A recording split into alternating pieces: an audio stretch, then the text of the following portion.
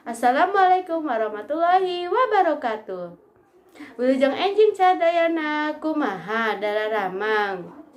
Sampurasun wilujeng tepang deui sareng ibu guru. Dinten ieu abdi bade nampilkeun video pengajaran bahasa Sunda. Sok mangga disimaknya.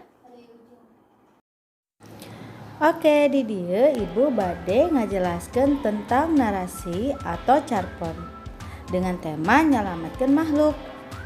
Ada yang tahu narasi itu apa atau carpon itu apa?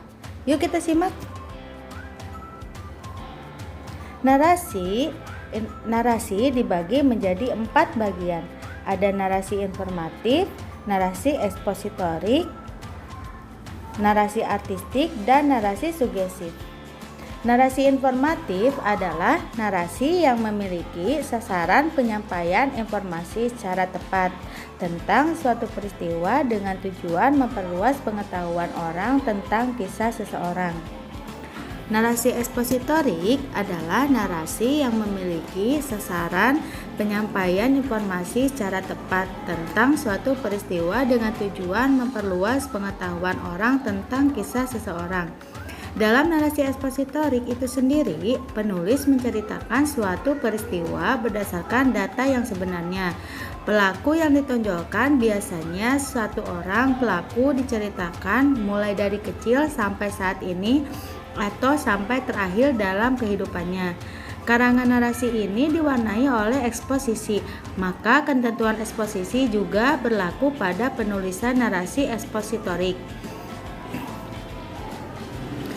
Narasi artistik adalah narasi yang berusaha untuk memberikan suatu maksud tertentu, menyampaikan suatu amanat terselubung kepada para pembaca atau pendengar sehingga tampak seolah-olah melihat.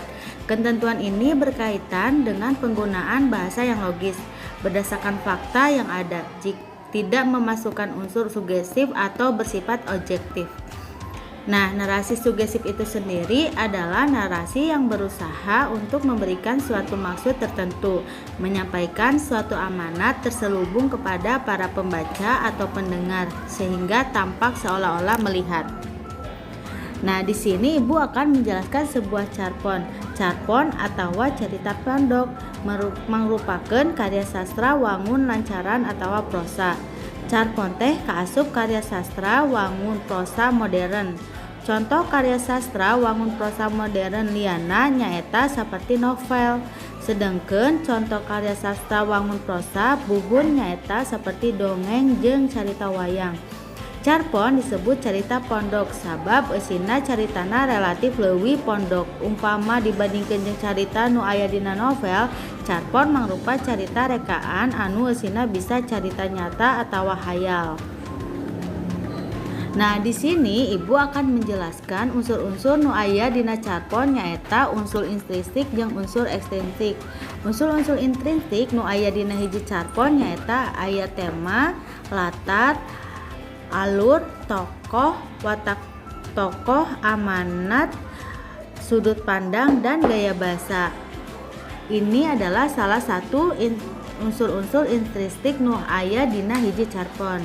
Nah, sedangkan unsur-unsur ekstrinsik nu aya dina carpon nyaeta unsur-unsur ti luar anu mangaruh kana eusi carita nu aya dina hiji carpon. Unsur ekstrinsik nu mangaruh eusi carita nu aya dina carpon nyaeta saperti nilai budaya sosial, politik, dan adat istiadat jeung agama. Nah, cukup sekian penjelasan Ibu tentang narasi atau carpon. Ada yang mau ditanyakan? Oke, kalau tidak ada, di sini Ibu akan memberikan teks tentang narasi.